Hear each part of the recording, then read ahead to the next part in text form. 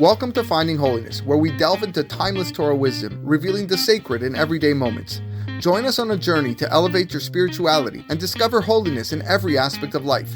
I'm your host, Rabbi David Kadosh, and together, let's embark on a path of spiritual exploration. I hope you enjoy this next episode. We'll dedicate this shiur Leilul Nishma, the two Nachalot, yeah? So we have Moshe ben Yaish and Luna ben Shaul. Tina Sham Tzura B'Tzora Hayim. Just so I did a little bit of extra research on what I spoke about yesterday about the whole Chachamim waiting before Tefillah and after Tefillah. So it seems to be that that's the reason why the Shir Shel Yom and the Alenu Leshabeach was instituted into the Tefillah as a reflection. That is our reflection. Now that you've prayed, okay, you get a chance to still cling on to HaKadosh Baruch Hu with your Shir Shel Yom and Alenu Leshabeach, which is also recognizing him as the King of Kings, and that is in a way the Shehiyah of 1 hour of reflection that we spoke about the other day. Yeah. But the Shir Shel Yom, it says, so this is something that you're right. They still used to do it, but again, why was it placed there at the end of the tefillah? Why place in the tefillah in the first place? Even now that we don't have, right? So we can argue, okay, it's in the tefillah because we don't have a Bet HaMikdash, so they wanted to do it. But why in that spot? So that's in a way like the last connection that we have. But okay, for those that don't know what I'm referring to, go listen to the podcast. I have it up there. We had a little discussion yesterday. But let's continue with some laws of Lashon Hara. We're on Klal Hey, and here we are. We are Klal Dalid, Halacha Yud Aleph. This is a very common situation that presents itself when someone wants to inquire about a business partner or a shidduch.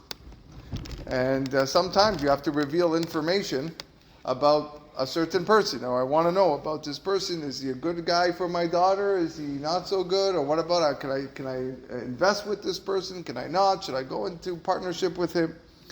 So, Veda od ikar gadol b'inyanim elu. One should also be aware of an important principle regarding Lashon Hara. Im echad rotzeh leachnis et chavero b'inyanav.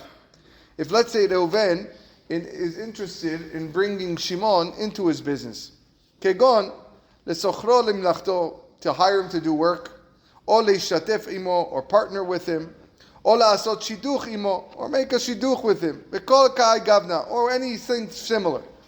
Afilu lo shama alav ad ata shum ra'a.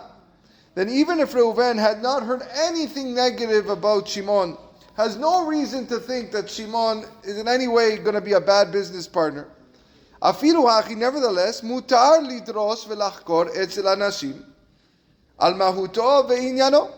It is allowed for Reuven to do his research and investigate by asking other people about what is Shimon's character and his dealings. After yachol liyot shisapru lo gnuto, although it is possible that people might tell him in response some derogatory information about Shimon, afilu hachi mutar, it's still permitted for Reuven to ask. Why is this so? Kevan lekavanato letovat atzmo levad. Because Reuven's interest in asking was for his own personal benefit. He wanted to protect himself from entering into a business relationship or a marriage for himself or for his children. כדי שלא יצטרך אחר כך לבוא לידי הזק ולידי מצה ומריבה וחילול השם חס ושלום. Because we don't want him to be forced into a situation which will lead into damages, which will lead into quarreling and to fighting and to disputes and chilul Hashem chas v'shalom when you have a failed marriage or a failed business partnership. So therefore the Lashon Hara would not apply in this case. Nireli, it seems to me, however, shetzarich sheyodia lemi sheshoel meito alav, that when making the inquiry, when Reuven is asking Levi about Shimon, the one who's inquiring about, that the reason why he is asking information is because I have a son and he has a daughter, and I'm looking to make a shidduch, and that's the reason why I'm asking this information. Or kol inyanei shtatfut, or any other. I'm looking to become a partner with him, and therefore that's the reason why. Ubazeh lo yeh alav shum chashash isur.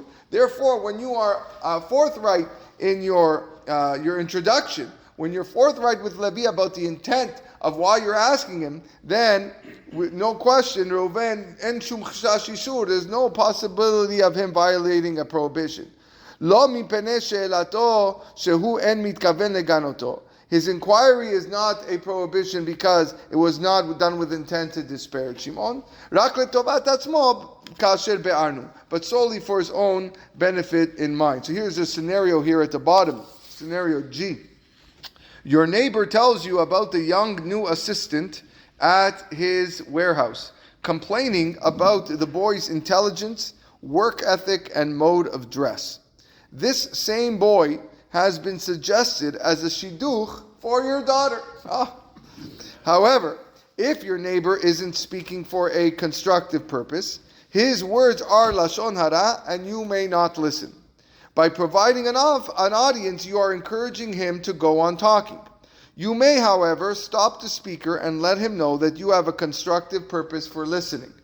If the other conditions of to'elet, which we spoke about in the last few shiurim, are satisfied, he may relate negative information. Now, he does say, parenthetically, Achizaher shelo ya'amin et teshuvato be'achlato. Even though Reuven is allowed to ask Levi about Shimon to protect himself from harm, okay, he has to still be careful not to believe it as fact, what is contained in the response, mipenei kabbalat lashon hara, because he might be violating accepting lashon hara. Rak derech chashash be'alma. He treats it as a concern, lishmor et atzmo, to protect himself. Now he concludes his point. Vegam en lo shum isur mipenei teshuvat chavero. And also, when you are being forthright with Levi in your questions, he also avoids any prohibition with regards to Levi's response. Because if Reuven doesn't explain to Levi why he's asking, that the fact that he has a son and Shimon has a daughter, okay, then Reuven would be transgressing the prohibition of lifnei ve'lo titel michshol. Ki af im yisaper alav chaverot osem genuto. Now, however, if now that Levi knows. So again, the reason if you don't explain to him, Levi is going to say lashon hara about Shimon and give and say negative information, and you cause Levi to stumble. But now that Levi knows why he's asking, okay, even if Levi relates all of Shimon's failings, and who else said bazei isur gam ken, Levi is not violating any prohibition. Kevan shegam hu en mitkaven b'tshuvato lesaper gnuto shel chavero, because he doesn't intend in his response to disparage Shimon. Rak hu omer ha'emet. He's just speaking the truth about Shimon. Kedei le'ativ im zeh ha'shoel meito etzah b'inyan zeh. Because Reuven asked me for advice. He asked me for advice, so I'm giving him my advice and what I know. Kasher be'arnu b'makom acher, as we explained elsewhere. Dezeh mutar min hadin. It is halachically permitted to give information when that information is needed to benefit someone. However, me'od yizaher shelo legazem et hadavar. Levi, who is providing Reuven with the information, has to be very careful not to exaggerate the matter. Yoter mikfi shu yodeh berur hadavar, and say anything more than he knows with certainty to be true. And there are other conditions that have to be met before offering negative information. And we'll see later on in klal number 9. There is a hagaha here which we're going to see tomorrow. It's very long, not tomorrow, the next day. If Reuven speaks to Levi and asks him about Shimon, but he doesn't inform him why he's asking him, he doesn't tell him about the business partnership, or he doesn't tell him about the shidduch. But instead, okay, he pretends that he is a stranger, and with no reason to need about Shimon. Curious.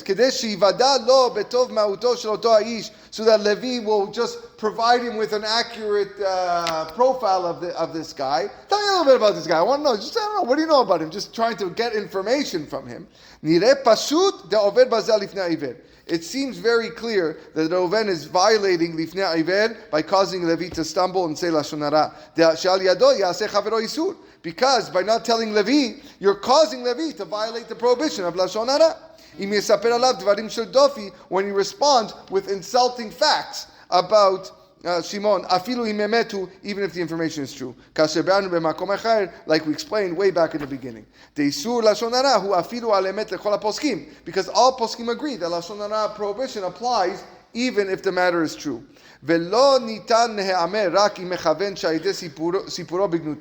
Now a person is permitted to report negative information about his fellow only if he does so with the intent that his negative report will produce a benefit for another person. And in our case, he'll expand on this later on, but in our case, that's what it is. It's a benefit for this potential business or this potential shidduch. If this is lacking, it's not permissible. And it would be lacking if Levi didn't know why he's asking me the question. Even if it turns out that the report that Levi said produced a benefit for someone, the fact remains that when Levi said the information, he did it disparagingly. He wanted to disparage Shimon because he didn't know the real reason why Reuven was asking.